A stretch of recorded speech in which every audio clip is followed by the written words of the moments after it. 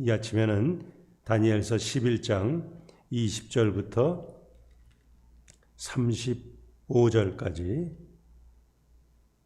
다니엘서 11장 20절부터 35절까지 함께 읽겠습니다. 시작. 그 왕위를 이을 자가 압제자를 그 나라의 아름다운 곳으로 두루다니게 할 것이나 그는 분노함이나 싸움이 없이 몇 날이 못되어 망할 것이요 또 그의 왕위를 이을 자는 한 비천한 사람이라. 나라의 영광을 그에게 주지 아니할 것이나 그가 평안한 때를 타서 속임수로 그 나라를 얻을 것이며 넘치는 물 같은 군대가 그에게 넘침으로 말미암아 패할 것이요 동맹한 왕도 그렇게 될 것이며 그와 약조한 후에 그는 거짓을 행하여 올라올 것이요 소수의 백성을 가지고 세력을 얻을 것이며 그가 평안한 때에 그 지방의 가장 기름진 곳에 들어와서 그의 조상들과 조상들의 조상이 행하지 못하던 것을 행할 것이요 그는 노력하고 탈취한 재물을 무리에게 흩어주며 계략을 세워 얼마 동안 산성들을 칠 것인데 때가 이르기까지 그리하리라. 그가 그의 힘을 떨치며 용기를 다하여 큰 군대를 거느리고 남방왕을 칠 것이요 남방왕도 심히 크고 강한 군대를 거느리고 맞아 싸울 것이나 능히 당하지 못하리니 이는 그들이 계략을 세워 그를 치민이라. 그의 음식을 먹는 자들이 그를 멸하리니 그의 군대가 흩어질 것이요 많은 사람이 엎드러져 죽으리라. 이 두 왕이 마음에 서로 해하고자 하여 한 밥상에 앉았을 때에 거짓말을 할 것이라. 일이 형통하지 못하리니 이는 아직 때가 이르지 아니하였으므로 그 일이 이루어지지 아니할 것임이니라. 북방왕은 많은 재물을 가지고 본국으로 돌아가리니 그는 마음으로 거룩한 언약을 거스르며 자기 마음대로 행하고 본토로 돌아갈 것이며 작정된 기한에 그가 다시 나와서 남방에 이를 것이나 이번이 그 전법만 못하리니 이는 기띔의 배들이 이르러 그를 칠 것임이라.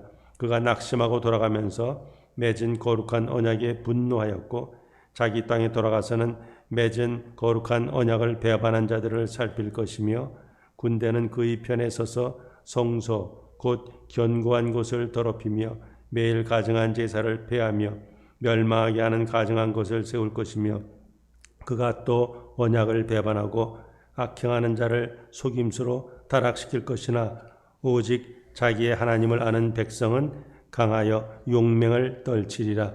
백성 중에 지혜로운 자들이 많은 사람을 가르칠 것이나 그들이 칼날과 불꽃과 사로잡힌 악탈을 당하여 여러 날 동안 몰락하리라. 그들이 몰락할 때 도움을 조금 얻을 것이나 많은 사람들이 속임수로 그들과 결합할 것이며 또 그들 중 지혜로운 자 몇 사람이 몰락하여 무리 중에서 연단을 받아 정결하게 되어 마지막 때까지 이르게 하리니 이는 아직 정한 기한이 남았습니다. 아멘. 예, 역시 그냥 우리 성경만 읽어가지고 도대체 역사적인 사건이 뭘 뜻하는지 알기는 쉽지 않습니다. 자, 오늘 이 내용이 유대인들이 경전으로 여기는 마카비, 그 마카비서의 이런 내용들이 이렇게 함께 나오고 있습니다. 자, 오늘 20절 보니까 거기에 그 왕위를 이을 자가 압제자를 두루 다니게 한다 이런 말이 나옵니다. 즉, 좀 계속해서 북방왕과 남방왕, 요즘으로 따지면은 저 애굽을 다스리는 그 왕과 저 시리아, 지금의 그 팔레스타인 그 북쪽이죠. 우리 다윗 때로 따지면 아람 이렇게 나오는데 거기를 다스리는 왕과 계속해서 지금 전쟁을 벌이고 속고 속이고 이런 모습을 보여주고 있습니다. 자, 여기서 왕위를 이을 자가 그 압제자를 보냈다. 왕위를 이을 자는 누구냐면은 이 안티오쿠스 3세가 죽은 후에 이제 그 아들 셀레우쿠스 4세가 왕이 되었습니다. 자, 그런데 그 아버지가 전쟁에 지는 바람에 이 배상금을 이렇게 갚아야 합니다. 그래서 헤리오도루스라는 사람을 거기 압제자로 번역이 되는데 영어로 뭐 텍스 콜렉터, 그러니까 야, 지금 우리가 돈이 부족한데 좀 어느 지역에 가서 거기서 좀 돈을 좀 받아와라. 그래서 이 아파메아라는 곳으로 이제 그 헬리오도루스라는 사람을 보냅니다. 자, 그런데 그가 왕을 배반합니다. 셀레우쿠스 4세를 배반하고 그 왕을 독살합니다. 자, 그러면 왕이 거기 보니까 이렇게 몇 날이 못 되어 망한다 그랬어요. 셀레우쿠스 4세가 그냥 왕이 된 지 얼마 안 돼 가지고 부하에 의해서 죽임을 당합니다. 그러면은 그 다음에 누가 또 왕이 됩니까? 그 왕의 아들이 또 이렇게 이제 그 다음에 왕위를 이어야 되는데, 오늘 보니까 21절에 어떤 사람이 왕위를 잇는다 그래요? 비천한 사람이 왕위를 잇는다 하는 거죠. 그러니까 셀레우쿠스 4세가 죽었으니까 그 다음에는 그의 아들인 그 데메트리우스가, 그때 마침 그 데메트리우스는 로마에 인질로 잡혀가 있습니다. 근데 이제 아버지가 죽었으니까 거기서 와가지고 왕이 돼야 되는데, 그 상황을 틈타가지고 이 안티오쿠스라는 사람이 스스로 왕이 된 그 사건을 여기서 언급하고 있습니다. 자, 그러니까 거기 보면은 그가 평안한 때를 타서 속임수로 나라를 얻을 것이라, 거기 비천한 사람, 속임수, 이런 말들이 계속해서 나오고 있습니다. 이 비천하다는 사람, 영어로 vile 이렇게 나오는데 그야말로 악한 자죠. 그리고 그가 자기 이름을 에피파네스라 이렇게 부릅니다. 원래 에피파니 하면 뭐 이렇게 나타났다, 신이 나타났다, 하나님의 현현, 뭐 그런 뜻입니다. 그러니까 자기 스스로 나는 말이야 신이야 신, 뭐 이러면서 나는 아주 대단한 사람이야, 그렇게 자기 이름을 지었습니다. 그러나 에피파네스라는 이름 대신에 백성들은 에피마네스라 그렇게 불렀다고 합니다. 에피마네스는 미친놈 이런 뜻이죠. 그러나 어쨌든 굉장히 세상적으로는 머리가 잘 돌아가는 사람이에요. 이 상황을 잘 포착해서 권력을 잡고 사람들의 마음을 뺏고, 그리고 그걸 인해서 정령하고 죽이고 뭐 이런 데 아주 능한 자가 바로 이 비열한 자라 불리우는 그런 안티오쿠스입니다. 자, 그 다음에 이제 그가 넘치는 물 같은 군대가 그에게 넘치고 말미암아 패할 것이요 동명한 왕도 그럴 것이라. 비열하게 이 왕이 된 에피파네스는 계속해서 그런 치사한 비열한 방법을 가지고 권력을 강화합니다. 자, 그런데 그러려면 뭐 다른 그 주변에 여러 나라들이 있으니까 그 나라들과 동맹을 맺습니다. 동맹을 맺어서 다른 원수들을 치고 대적들을 치고, 그 다음에 동맹들을 또 속여가지고 또 그들이 방심할 때 동맹왕들을 치고, 이것이 안티오쿠스의 아주 전형적인 그 처세술이랄까요? 그런 식으로 해서 점점 세력을 이렇게 확대해 갑니다. 자, 근데 계속해서 이 북쪽 이 시리아 왕과 남쪽 그 이집트 사이에는, 애굽 사이에는 전쟁이 있습니다. 23절 보니까 그와 약조한 후에 그는 거짓을 행하여 올라올 것이요 소수의 백성을 가지고 세력을 얻을 것이라. 그러니까 이 남쪽의 그때 왕은 뭐 이름도 복잡합니다. 프톨레 마이오스라는 그 왕인데, 그 왕과 이 안티오쿠스가 좀 이렇게 짝짝꿍한 거죠. 그때는 프톨레마이스는 왕자였습니다. 그런데 그 이집트에서, 그러니까 왕을 배반하고 이렇게 같이 안티오쿠스와 동맹을 맺은 거죠. 그런 속에서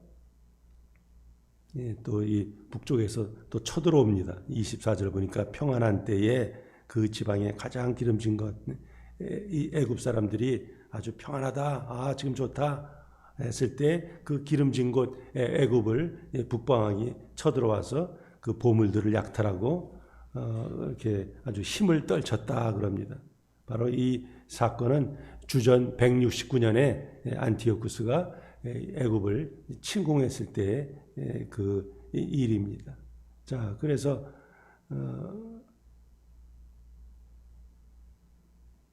부틀레마이오스는 같이 이렇게 언약을 지금 동맹을 맺었는데 배반한 거죠.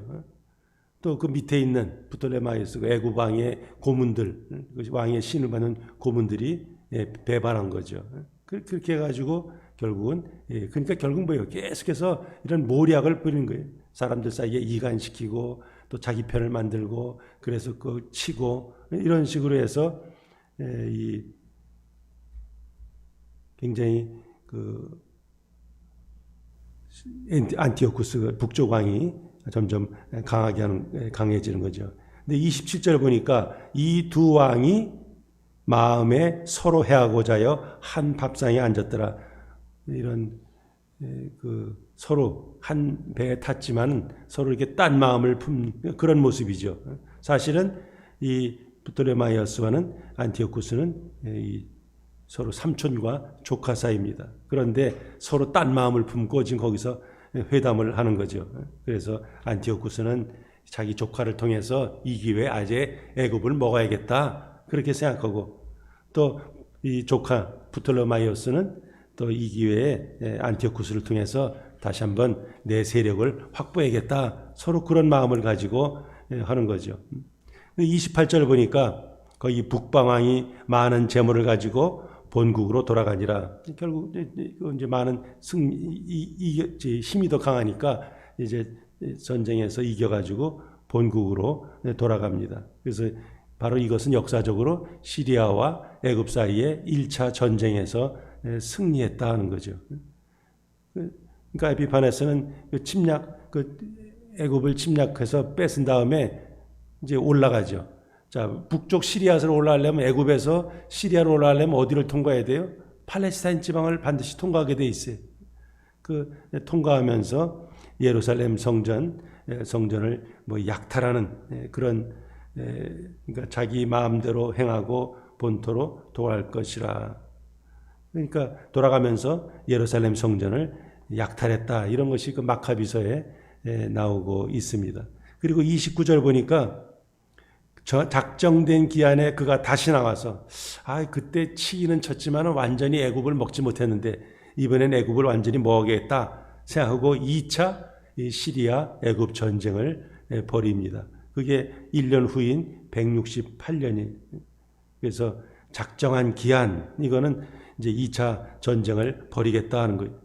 그런데 1차전 때는 아주 많은 재물을 가지고 자기 고향으로 돌아갔는데 2차 때는 이번에는 전번만 못하리니 이런 말이 나오죠. 그 이유가 있어요. 전에도 애굽 쉽게 쳤는데 이번에도 쉽게 치겠지 했더니 30절에 예상치 않은 일이 벌어졌어요. 기띔의 배들이 이르러 이 안티오쿠스 시리아 군대를 쳤다 하는 거죠. 기띔의 배들 이게 뭘 가리킵니까? 이게 로마 함대죠. 그때는 이제 로마가 서쪽에서 점점 이제 막강한 힘을 발휘할 때 그때죠. 그래서 이 애굽왕 프톨레마이오스가 SOS 한 거죠. 로마 군대에 아이고 우리 좀 도와주세요. 저 북쪽에서 좀 시리아 군대가 쳐들어오는데 좀 우리를 도와달라 해가지고 로마 함대가 이 알렉산드리아 지역으로 이렇게 출정합니다. 근데 그때 이제 안티오쿠스가 이 알렉산드리아 아주 가장 큰 도시 아닙니까? 애굽에서 그 도시를 딱 포위하려고 하는데 그때 로마의 장군이 라이나스라는 이 장군이 와가지고 로마 그 원로원에 편지를 이렇게 전합니다. 애굽을 떠나지 않으면 우리 로마가 이제 시리아와 더불어 싸울 것이다. 그러니까 군사적으로 좀 이렇게 약하니까 안티오쿠스가 속에는 부글부글 끓지만은 그 모욕을 당하고 본국으로 돌아갑니다. 자, 본국으로 돌아가는데 뭐 동대문에서 요즘 한국말도 많이 잊어버렸어요. 뭐 뺨 맞고 어디서 뭐 이렇게 화풀이 한다 그러죠. 그러니까 마찬가지. 지금 애굽을 딱 이제 완전히 점령해서 거기 다 점령하고 수많은 전리품을 가지고 돌아가겠다 하는 것이 이 안티오쿠스의 전략이었는데 그만 그냥 로마 군대가 나타나서 그 못하게 방해한 거죠. 그러니까 막 속에서 부글부글 끓는 거예요. 씩씩대. 이거 어떡하지? 화가 나는데 하면서 결국은 화풀이 어디다 합니까? 바로 팔레스타인, 우리 이제 이 이스라엘에게 하는 거죠. 그래서 30절부터 35절까지가 바로 그런 이 화풀이하는, 그래서 이 팔레스타인 지방에 어떤 일이 벌어졌나 하는 내용을 거기에 담고 있습니다. 자, 30절 거기 보면 거룩한 언약에 분노하였고 거룩한 언약을 배반한 자들을 살필 것이며 하면서 31절에 그 안티오쿠스 그 군대가 이제 성소를 더럽히며 매일 드리는 제사를 폐하며 멸망하게 하는 가증한 것을 세울 것이라 하는 그런 내용이 나옵니다. 이거는 이제 주전 167년에 안티오쿠스가 돌아가면서 이 시리아로 돌아가면서 유다 백성들에게 이제 화를 쏟는 아주, 그래서 대대적인 박해가 일어나죠. 그래서 이스라엘 백성들은 언제나 뭐예요? 성경, 그러니까 이 토라죠. 그 성경을 읽고 그다음에 성전에 가서 제사 드리고 그리고 뭐 할례를 행하고 절기를 지키고, 이것이 그 유대인들의 모습이죠. 근데 그런 모든 것을 다 금지하는 거죠. 이것을 어길 시에는 전부 다 죽인다 하는 것이. 그래서 성전에다가 이방 신상인 제우스 신상을 세우고, 그리고 제사 드릴 때 제물에는 이 돼지를 가지고 제물에 드리고, 성전을 완전히 그냥 엉망진창으로 만드는 거죠. 근데 거기 보니까 32절에 언약을 배반하고 악행한 자를 속임수로 타락시킬 것이나, 항상 이 배반하는 사람들이 있죠. 프락치드 같은 사람들이 있어요. 그러니까 유대인은 유대인인데 이 기회에 좀 잘 살아볼까, 한몫 볼까 해서 배교하는 거죠.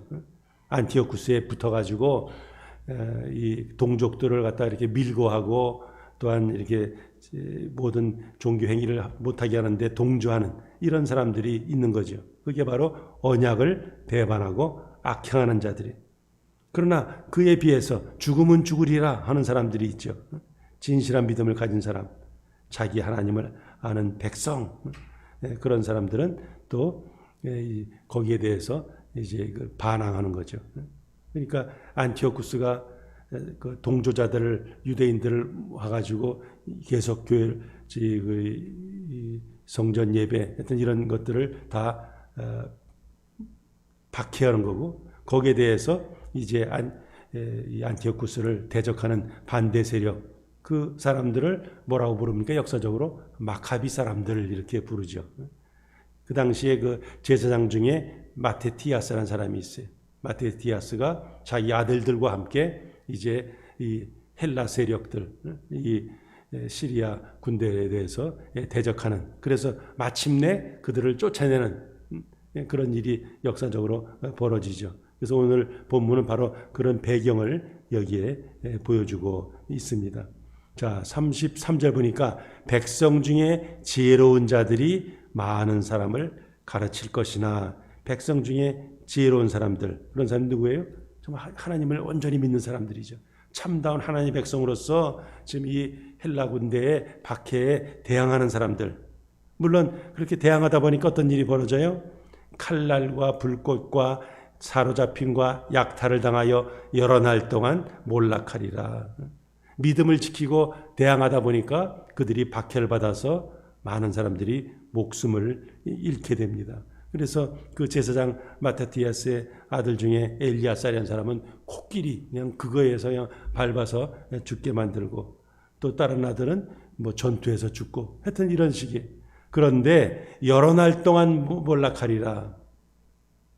우리 성경에 보면은 특히 다니엘서에 한때, 두때, 반때 뭐 여러 가지 말들이 많죠. 근데 하여튼 분명한 것은 어떤 한정된 기간이죠. 하나님께서 그냥 허락하신 기간, 그동안 계속해서 마냥 박해를 당하고 죽임을 당하는 것이 아니라 어떤 한정된 기간에 그런 박해가 있을 것인데 여러 날이니까 뭐 그렇게 그날이 길지는 않다 하는 것이죠.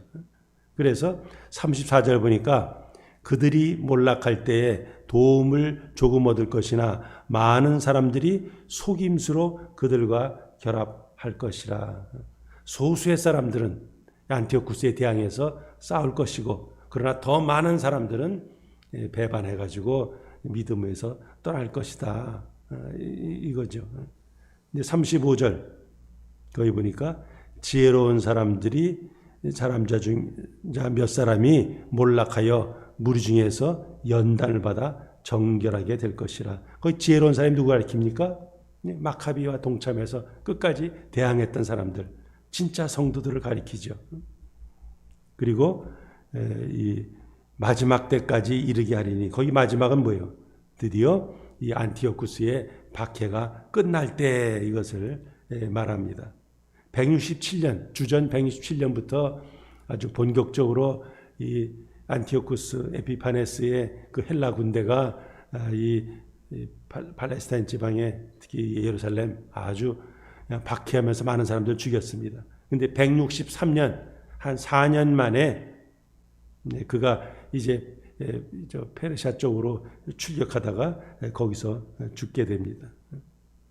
자, 그러니까 결국 그 안티오쿠스의 박해가 끝나게 된다. 그래서 마카비의 그 사람들이, 마카비가 이끄는 그 사람들이 결국 헬라 군대를 쫓아내는 그런 모습이죠. 어쨌든 그 짧은 기간이지만은 이 종교적으로 전통 제사를 못 드리게 하고 예배를 못 드리고 그다음에 그 절기를 못 지키고 성경을 못 읽고 이런 아주, 그리고 전부 다 뭐 헬라화 만드는 거죠. 시리아 사람들이 와가지고 그런 속에서 마침내 유다의 독립전쟁이죠. 이 독립전쟁 도화선에 불을 붙인 그런 꼴이, 그런 형태가 됐죠. 그래서 결국은 이 하나님을 아는 사람들이 성전을 정결케 하고 다시 재봉헌하는 그런 모습이죠. 사실은 굉장히 지금 이 다니엘서 11장은 이제 역사적인 사건과 연결돼 있어서 사실은 이 말씀만 보고서는 이게 도대체 무슨 뜻인가 알기가 쉽지 않습니다. 자, 이제 말씀을 정리합니다. 계속해서 지금 나오는 거는 북방왕 시리아가 쪽에서 둥지를 들고 있는 안티오쿠스와 남쪽에 그 남방왕 애굽을 다스리고 있는 프톨레마이오스 사이에 계속 으르렁대면서 전쟁하고 속고 속이는 그런 모습으로 나오죠. 아까 서두에 말씀드린 것 같이 이 안티오쿠스는 원래는 왕이 될 수 없는 자였어요. 아주 비열한 자라 그랬어요.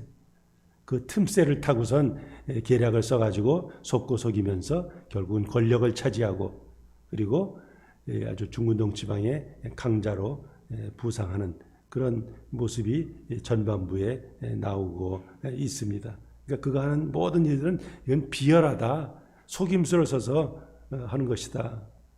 그러나 인간적인 방법, 인간적인 수단을 통해서 하는 것은 결국 뭐예요? 하나님의 진노를 사게 돼 있습니다. 잠깐 동안은 아주 힘을 얻어서 아주 다 떵떵거린 것 같지만 결국은 역사의 주관 되신 하나님께서 안티오쿠스를 제거하고 다시 유다가 마카비를 중심으로 해서 회복되는 그런 모습이 오늘 이 본문에 나옵니다. 참 욕심이 잉태한즉 죄를 낳고 죄가 장성한즉 사망을 낳는다. 우리 야고보서에 나오지 않습니까? 결국 이 욕심을 인해서 그 하나님의 진노를 사서 결국 안티오쿠스 에피파네스는 사라지게 됩니다. 자, 이것은 물론 역사적인 사건이지만, 그러나 요즘은 뭐 이런 식으로 피지컬한 박해는 오지 않지만 우리의 신앙생활 좀 제대로 신앙생활 해보려고 할 때 여러 가지 유혹도 있고 방해도 있고 꼭 이렇게 해야 되나? 아니, 남들도 안 하는데 뭐 이런 생각이 들면서 자기 자신이 신앙생활 제대로 못하는 것을 정당화하려고 할 때가 많습니다.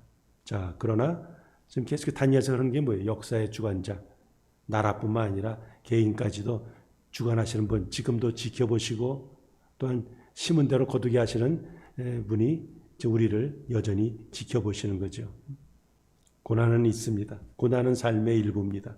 그러나 이 고난을 믿음으로 견디고 이기는 자들에게는 하나님의 약속된 상급이 주어져 있어요. 현재의 고난은 장차 우리에게 임할 하나님의 그 영광과 좋게 비교할 수 없다. 바울도 말씀했습니다. 우리 모든 성도들은 승리 후에, 믿음을 지키고 난 승리 후에 주어질 그 상급을 바라보면서 지금 이 고난의 때를 우리가 감당하고 또는 지나가야죠. 마귀는 자기 때가 얼마 남지 않은 줄 알고 지금 마지막으로 발버둥을 치는 때, 그때가 바로 지금이죠. 그러나 마지막 날에는 우리 모두는 예수님과 함께 승리의 궤가를 부를 때가 있습니다. 그러니 우리는 이 시대를 분별하면서 잠깐의 고난에 굴복하지 아니하고 우리 인내하면서 믿음으로 주님을 붙드는 성도들이 되어야겠습니다. 지금 여기서 우리 안티오쿠스 에피파네스는 뭐예요? 아주 전형적인 세속적인 인물, 수단과 방법을 가리지 아니하고 하여튼 자기의 유익을 위해서는 별짓을 다 하는 사람으로 나옵니다. 거기에 성도들은 때로 고난을 당하고 치이기도 하고 참 여러 가지 박해를 당하기도 합니다. 그러나 궁극적으로는 God prevails. 결국은 하나님께서 승리하십니다. 우리 주님을 온전히 믿음으로 붙들 때 주님께서는 우리의 삶을 책임지시고 또한 간섭하시고 우리 통해서 영광을 받으십니다. 참 연말이 다가오는데 참 이거 즐거워야 될 이런 때 코로나 바이러스 인해서 여러 가지 참 점점 제한이 심해지고 있습니다. 이런 속에서 참 여인관에 강건하시고 소망주의 지금 바라보시고 지금 대림절 이제 둘째 주간 이렇게 되지 않습니까? 셋째 주간으로 돼가죠. 다시 오실 주님을 바라보는 이 귀한 계절의 소망 가운데 주님을 여전히 붙드시고 믿음으로 주님과 동행하시는 성도 되시기를 주님의 이름으로 축복합니다. 거룩하신 하나님 감사합니다. 이 아침에도 주님을 사랑하는 자들이 주님 앞에 한번 머리를 숙였습니다. 참으로 주전 169년 또 164년 그때까지 3년까지 그때 그 중동 지방에 있었던 역사적인 사건이 오늘 본문에 나오고 있습니다. 북방왕과 남방왕과의 끊임없는 전투가 벌어지고 서로 권력을 차지하기 위해서 배신하고 음모를 벌이고 죽이고 하는 모습을 보여줍니다. 그러나 모든 그런 세상의 영광은 풀의 꽃과 같이 잠깐 있다 결국은 사라집니다. 아버지여, 성도는 잠깐의 영광을 위해 사는 자들이 아니라 영원한 영광을 위해서 사는 자들입니다. 아버지여, 모든 성도들에게 금보다 귀한 믿음을 더해 주시고 시대를 분별하게 하시고 믿음의 지혜 온전케 주님만 의지하면서 그분과 동행하는 자, 그래서 어려운 때 힘든 때에도 각자를 향한 주님의 뜻을 헤아리고 또 뜻대로 순종하면서 주님만을 따라가는 자들 되게 하여 주옵소서. 오늘 날 생활도 주님께 의탁하며 예수님의 이름으로 간절히 기도합니다. 아멘. 예, 우리 유인자 권사님이 몇 달 전에 낙상하셨는데 이 뼈가 이제 아주 좀 금이 가고 막 그랬어요. 그래서 계속 통증 가운데 있었는데 오늘 오후 1시에 트라이시티 하스피털에서 수술이 있습니다. 우리 잘 될 수 있도록 위해서 기도해 주시고 또 우리 김종호 장로님은 내일 아침 새벽 5시에 또 방광 제거 수술을 하게 됩니다.